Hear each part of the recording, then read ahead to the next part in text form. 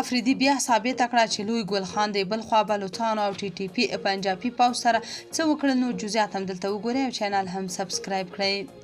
افریدی وایي تیرا کې پوځیانو پر عامو خلکو ډزې نه دي کړي. افریدي ځوانان شاهد افریدي ته غوسه دي، ترې غوښتي دي چې له خپل نوم افریدي تخلص لرې کړي.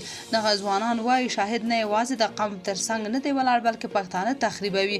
شاهد افریدي د تیرا پیښې په تړاو ویلي چې پر لارون کوونکو پوځ ډزې نه دي کړي بلکې شرپسندو کسانو کړي. خو ویډیوګانو کې لیدل کېږي چې پوځیان پر لارون کوونکو مخامخ ډزې کوي چې د ماشومانو په ګډون یو 6 تنه شهیدان او 14 نور ټپیان کړي دي.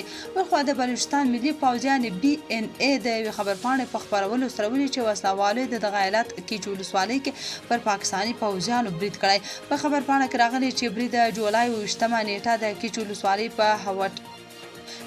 ولسوالۍ په هوټ آباد سیمه کې د پوځ پر ګزمې ترسره شوی چې په ترڅ کې 2 پاکستاني پوځیان وژل شوي او یو بل ټپي شوی دی. بلوچ ملي پوځ وړاندې خبرداری ورکړه چې بریدونه به له پاکستاني پوځ څخه د بلوچستان تر ازادۍ پورې دوام ولري. د پاکستان پوځ تر دې مهاله د یادې ډلې د تازه ادعا ته غبرګون دی ښودلی. په همدې حال د ټي ټي پي اړوند وسلوالو د خیبر پښتونخوا چترال کې 6 پاکستاني پوځیانو ته مرګ ژوبله اړولې ده. برید د چترال ولسوالۍ په ارسون دره کې شوی چې د سختو ټپونو له امله یو پاکستانی سرتیری وژل شوی او 15 نور ټپیان دي. د پاکستان پوځ لخوا تر اوسه په دې تړاو وروستي رسمي جزئیات نه دي خپاره شوي.